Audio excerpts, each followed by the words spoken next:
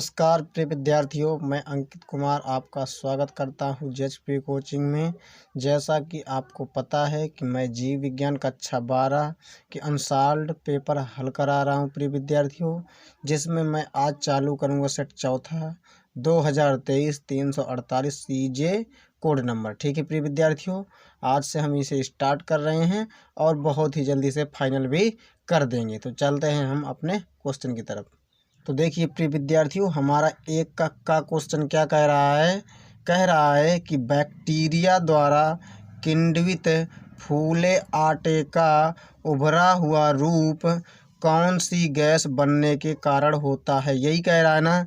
तो देखिए, पहला हमारे पास है O2 गैस, दूसरा हमारे पास है CO2, तीसरा है SO2, चौथा है NO2 ऑप्शन। ठीक है, तो देख सकते हैं, मैं बता दूं यहाँ पर क्या होता है प्रिय विद्यार्थियों कि जो बैक्टीरिया के द्वारा जो किण्वित फूला हुआ आटा का उभरा हुआ होता है ना जो भाग, वो क्या होता है, वो कार्बन डाइऑक्साइड गैस के कारण होता है। किसके बनने के कारण?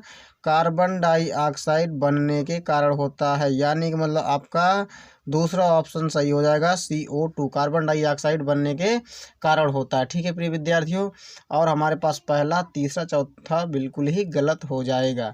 इसके बाद देखिए हमारा एक का खा क्वेश्चन क्या कह रहा है, किसने पुष्टि की है कि DNA एक आनुवांशिक पदार्थ है। तो आनुवांशिक पदार्थ है, यही कह रहा है।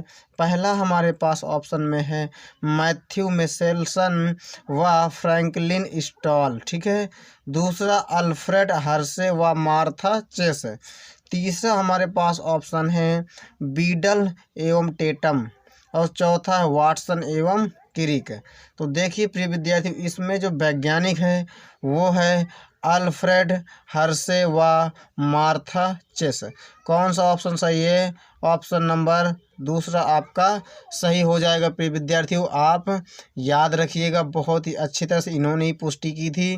क्या नाम है? अल्फ्रेड हर्शे व मार्था चेस, ये दो लोग थे। ठीक है, देखिए प्रिय विद्यार्थियों, एक का गा क्वेश्चन कह रहा है घास परिवार में बीज पत्र को क्या कहते हैं, यही कह रहा ना। पहला हमारे पास ऑप्शन है प्रशल्क, दूसरा है प्रांकुरचोल, तीसरा है परिभ्रूणपोष, और चौथा है प्रसुप्ति। ठीक है प्रिय विद्यार्थियों, इसमें जो आपका राइट आंसर है उसे कहते हैं प्रशल्क। क्या कहते हैं?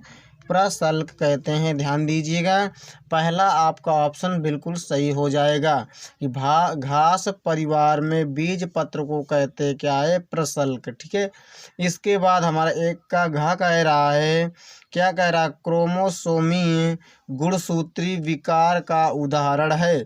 तो पहला हमारे पास है टर्नर सिंड्रोम, दूसरा है हीमोफीलिया, तीसरा है वर्णांधता, चौथा फेनिल कीटोनूरिया। ठीक है, या जिसे फेनिल कीटोन में भी बोलते हैं।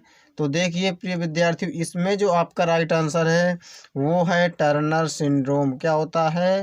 Turner syndrome. मैं पिछले सेट में बता भी चुका हूँ कि टर्नर सिंड्रोम कौन सा रोग है, इसमें क्या होते हैं गुणसूत्रों में, ठीक है ना, कैसे कैसे परिवर्तन होता है, तो हम पीछे पढ़ चुके हैं और उसके प्रभाव से क्या इसके लक्षण भी देख चुके हैं हम। ठीक है, इसके बाद देखते हैं दूसरे का कह रहा है स्त्री केसर जायांग का नामांकित चित्र बनाइए। तो देखते हैं प्रिय विद्यार्थियों हम चित्र। देखिए प्रिय विद्यार्थियों, ये हमारा जायांग स्त्री केसर का चित्र है प्रिय विद्यार्थियों। इसे आपको बनाना, इसके मेन पार्ट को ही लिखना है। जैसे इस भाग को क्या कहते हैं? वर्तिकाग्र। इसे क्या कहते हैं? पराग नली है। इस भाग को क्या बोलते हैं? इसे वर्तिका बोलते हैं। ठीक है, इसे निभाग बोलते हैं। ऐसे ऐसे मुख्य भाग लिखना है। ये क्या? अंडाशय भित्ति है। और इसके बाद नर केंद्रक भी लिख देना। ये क्या है? पुष्पासन है। बस आपको बाह्यदल, ठीक है, नर युग्मक, बस इतने आपको लिखना है। बाकी आपको बिल्कुल ही आपको नहीं लिखना है, इसके मेन पार्ट ही आपको लिखना है और इसी प्रकार आपको बनाकर आ जाना है। ठीक है, इसके बाद हम देखते हैं नेक्स्ट क्वेश्चन। देखिए प्रिय विद्यार्थियों, दूसरे का हमारा खा कह रहा है नाइट्रोजन स्थिरीकरण करने वाले दो सूक्ष्म जीवों के नाम लिखिए। ठीक है, अच्छा क्वेश्चन है, उत्तर है हमारे पास है। तो देखिए सूक्ष्म जीव कौन कौन से हैं, दो के नाम पूछ रहा है। पहला हमारे पास है राइजोबियम और दूसरा एजोटोबैक्टर। ठीक है, ये हमारे पास दो सूक्ष्म जीव हैं प्रिय विद्यार्थियों, पहला राइजोबियम, दूसरा एजोटोबैक्टर। तो ये दो आपको लिखकर आ जाना है बहुत ही अच्छी तरह से। इसके बाद देखिए दूसरे का ग कह रहा है, क्या कह रहा है ग नंबर कि विषम युग्मकता क्या है। ठीक है, उत्तर लिख डालना है। इसमें सबसे पहले आपको लिखना है कि जब नर एवं मादा, ठीक है, जब नर एवं मादा युग्मक असमान होते हैं, यानी कि मतलब है प्रिय विद्यार्थियों असमान का मतलब अलग अलग होते हैं। ठीक है, तो इसे ही क्या कहा जाता है, विषम युग्मकता कहते हैं। ठीक है, इसी को ही कहा जाता है। उदाहरण में जैसे मानव में नर या गुणसूत्र कौन होते हैं, एक्स और वाई। तो क्या है, कह रहा नर एवं मादा युग्मक बिल्कुल ही असमान, तो ये कैसा है, एक्स गुणसूत्र, ये क्या है, वाई है। तो क्या दोनों ही युग्मक कैसे हैं, बिल्कुल अलग अलग हैं कि नहीं हैं। ठीक है, ये अलग है, ये अलग है। तो आपको उदाहरण में क्या लिखना है, मानव में नर गुणसूत्र एक्स और वाई। ठीक है, यही है। इसके बाद हम देखते हैं दूसरे का घा, क्या कह रहा है, जेल वैद्युत कण संचलन, जिसे अंग्रेजी में कहते हैं इलेक्ट्रोफोरेसिस, क्या है। तो देखिए प्रिय विद्यार्थियों, इसमें आपको लिखना है यह एक प्रकार की विधि है। यह क्या है, यह एक प्रकार की विधि होती है, तकनीकी होती है। ठीक है, जिसमें उच्च विद्युत धारा के प्रवाह, जिसमें क्या किया जाता है, उच्च विद्युत धारा के प्रवाह के कारण जेल में डीएनए के छोटे छोटे खंडों का अलगाव होता है। जिसमें क्या होता है, जिसमें प्रिय विद्यार्थियों विद्युत धारा के प्रवाह के कारण जेल में क्या होता है, जेल में डीएनए के छोटे छोटे खंडों का क्या होता है, अलगाव, यानी अलग अलग हो जाते हैं। ठीक है, डीएनए के इन छोटे छोटे खंडों में अलग अलग आवेश भी होता है। ऐसा नहीं कि आवेश बिल्कुल सेम हो। ठीक है, पॉजिटिव निगेटिव दो में यानी मतलब हो सकते हैं। ठीक है, दोनों ही। तो वही तो लिखा है कि जब इनका अलगाव होता है छोटे छोटे खंडों में, तो डीएनए के इन्हीं खंडों में क्या होता है, अलग अलग आवेश भी होगा, बिल्कुल आवेश होगा। ठीक है, तो देखिए यहाँ पर जेल जो लिखा है, जेल एक प्रकार का लिक्विड होता है, ध्यान दीजिएगा। ठीक है ना, यहाँ पर हमने जेल लिख दिया है, आप ध्यान दीजिएगा, एक प्रकार क्या है, लिक्विड है। तो वही लिखा है कि यह एक प्रकार की विधि है जिसमें उच्च विद्युत धारा के प्रवाह के कारण ही हम जेल में क्या कर लेते हैं, डीएनए के खंडों को अलग कर लेते हैं। और जिन डीएनए के छोटे छोटे खंड होते हैं उनमें क्या होता है, अलग अलग आवेश भी होता है, पॉजिटिव और निगेटिव। इसके बाद हम देखते हैं नेक्स्ट क्वेश्चन। देखिए दो का अंगा कह रहा है प्रिय विद्यार्थियों कि एक आनुवांशिकतः रूपांतरित पौधे का नाम बताइए।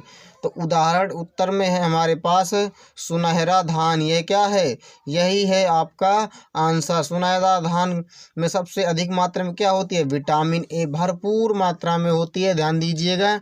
ठीक है, तो आनुवांशिकतः रूपांतरित पौधा कौन है, सुनहरा धान। एक बीटी का पास भी होती है, उसे भी आप याद रखिएगा, और इसे भी आप याद रखना, सुनहरा धान। इसमें क्या होता है, विटामिन ए बहुत ही भरपूर मात्रा में होती है।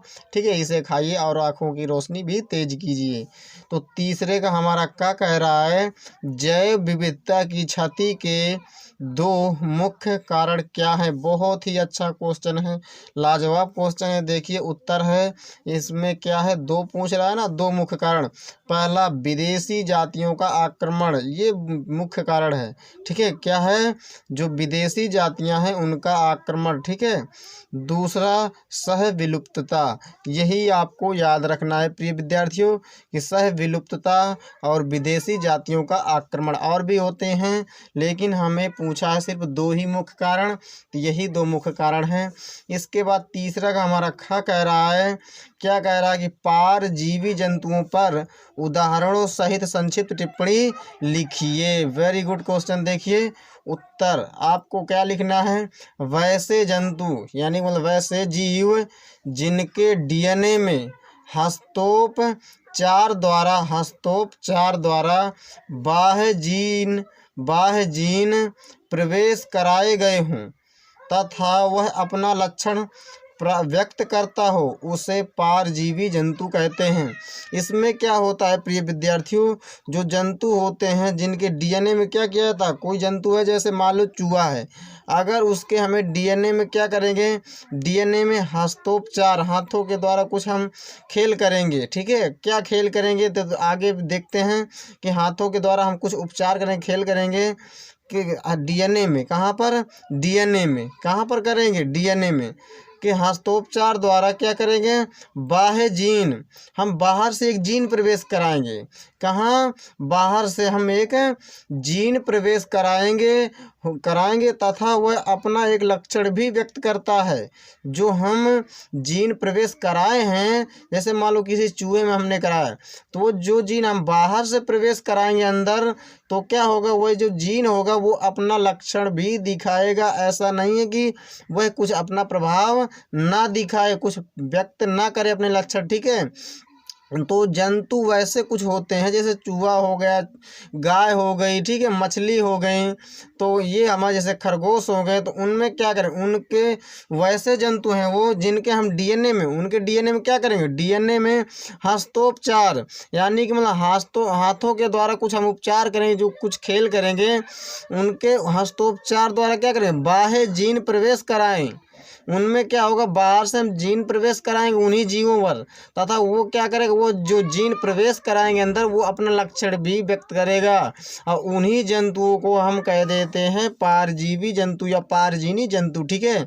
बहुत ही अच्छी तरह से ध्यान रखिए। उदाहरण हमारे पास है परजीवी चूहा, खरगोश, गाय आदि और मछलियाँ भी होती हैं, ठीक है।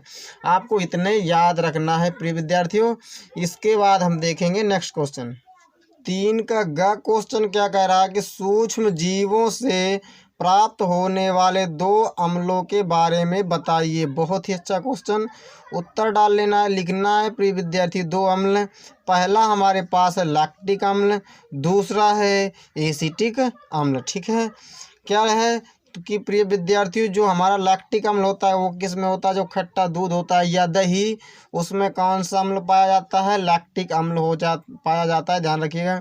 और जो हमारा सिरका होता है, किसी का भी सिरका हो, ठीक है, किसी भी फल फ्रूट का, तो उसमें क्या होता है, उसमें भी क्या कौन सा अम्ल होता है, एसिटिक अम्ल होता है। आप ध्यान रखिए, जो भी हमारे रस होते हैं उनमें क्या होता है, ये होता है एसिटिक अम्ल, ये भी आप ध्यान रखिएगा।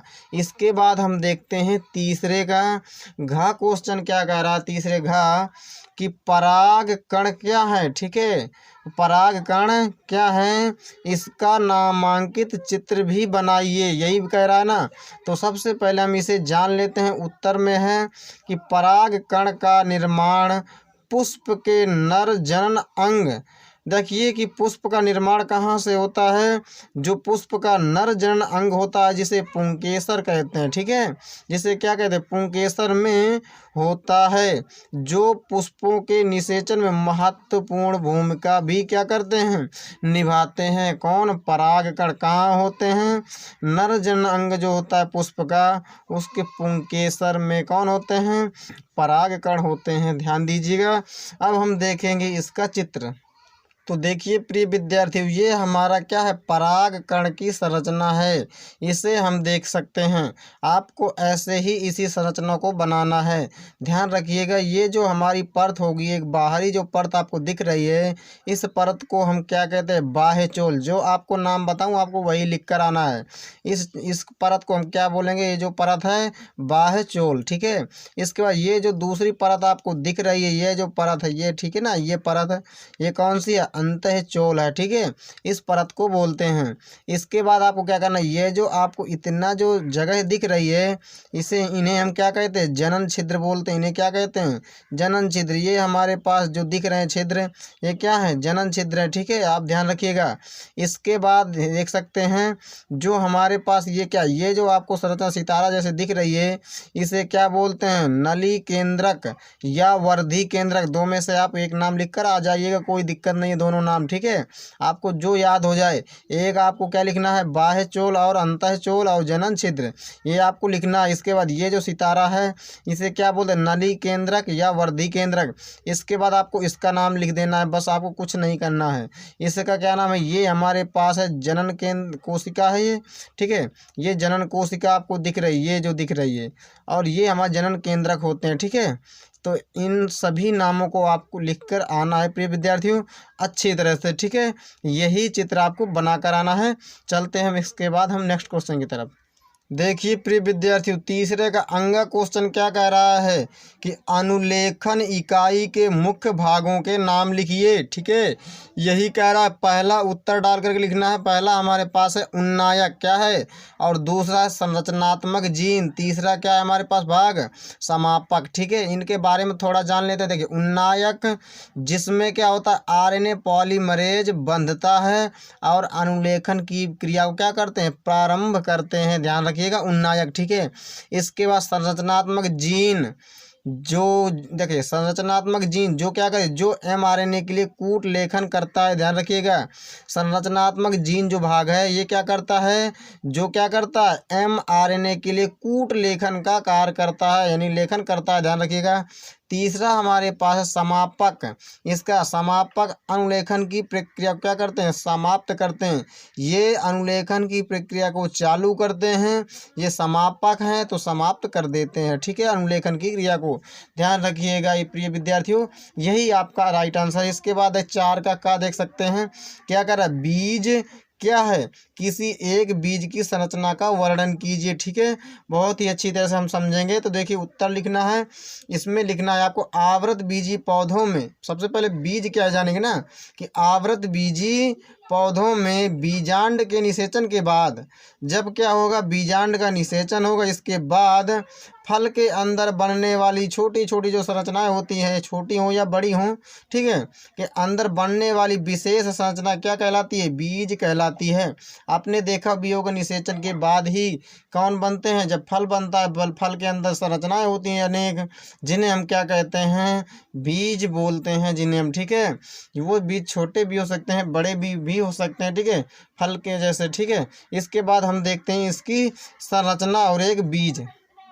देखिए प्रिय विद्यार्थियों, ये हमारा किसका बीज है, एक सेम का बीज है। हम इसके बारे में ही जाने, किसी एक बीज के बारे में कह रहा था तो हम सेम के बीज के बारे में जान लेंगे। देखिए सेम का बीज है ना, सेमी जिसे बोलते हैं आप, तो इसके 2 ही भाग होते हैं, 2 ही भागों के बारे में हमें जानना है।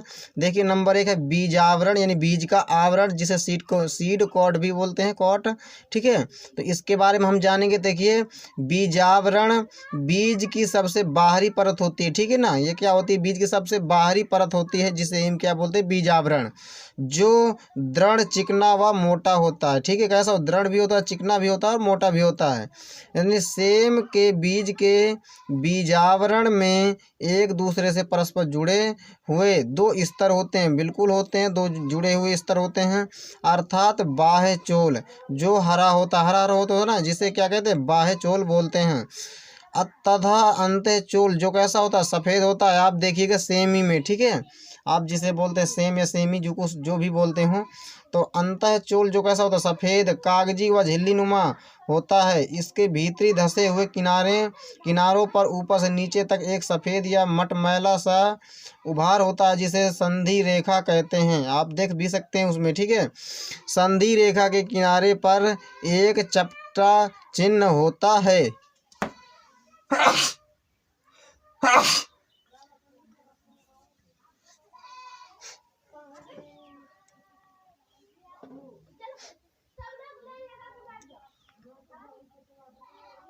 जिसे नाभिक कहते हैं। इस स्थान पर बीज अंडाशय की भित्ति से लगा हो रहता है, ठीक है। संधि रेखा पर कुछ ऊपर की ओर एक छिद्र होता है, जिसे बीजांड द्वार कहते हैं।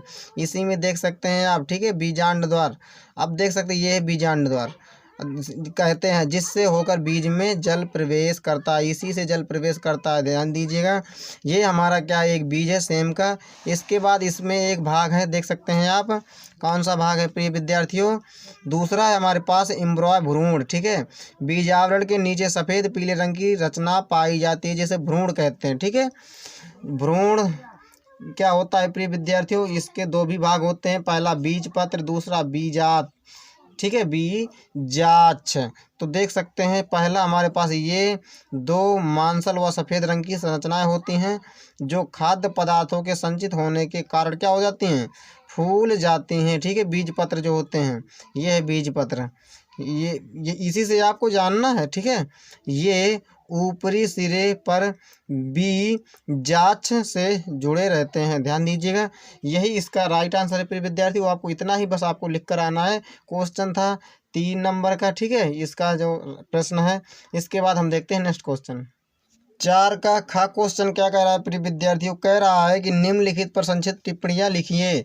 पहला सहभोजिता, दूसरा है अंतर्जातीय परजीविता। ठीक है, उत्तर डाल लेना, पहले में लिखना है हेडिंग डाल के सहभोजिता में कि ऐसी पारस्परिक क्रिया जिसमें एक जाति या जीव लिख दो। ठीक है, एक जाति को लाभ होता है और दूसरी जाति को ना लाभ होता है, न हानि, उसे हम क्या बोलते हैं, सहभोजिता कहते हैं। ध्यान दीजिएगा प्रिय विद्यार्थियों, इसमें दो जीव होते हैं या कह दो दो जातियां होती हैं, जिसमें क्या होता है, एक को क्या होता है, लाभ होता है, और दूसरे जीव को क्या होता है, दूसरे जीव हो या जाति को क्या होता है, ना तो लाभ होता है ना तो हानि होते हैं। इसी क्रिया को हम क्या बोलते हैं, सहभोजिता कहते हैं। साधारण सी डिफिनीशन है, आप परिभाषा अच्छी तरह से पढ़ सकते हैं, याद भी कर सकते हैं। ठीक है, जैसे हमारे पास है आर्किड का आम के वृक्ष की शाखाओं में लगना। कुछ आर्किड जो होते हैं, जो जीव होते हैं आर्किड, वो आम की शाखाओं में क्या होते हैं, उग आते हैं। ध्यान दीजिएगा, यही उदाहरण है। इसके बाद हम देखते हैं दूसरा अंतर जातीय परजीविता।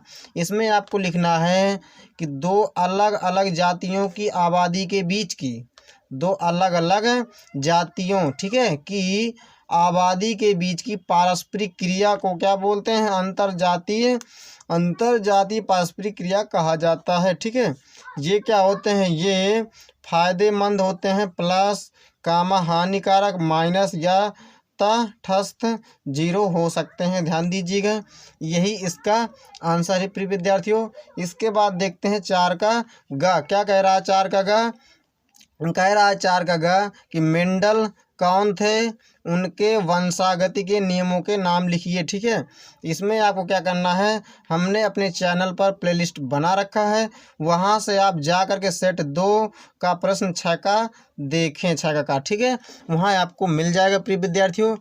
आई होप आपको ये पूरा वीडियो हमारा समझ में आ गया होगा। अगर समझ में आ गया है तो हमारे चैनल को सब्सक्राइब कीजिएगा और हमारे वीडियो को शेयर और लाइक कीजिएगा प्रिय विद्यार्थियों। इसके बाद हम मिलेंगे नेक्स्ट पार्ट में। चलते हैं, नमस्कार, जय हिंद, वंदे मातरम।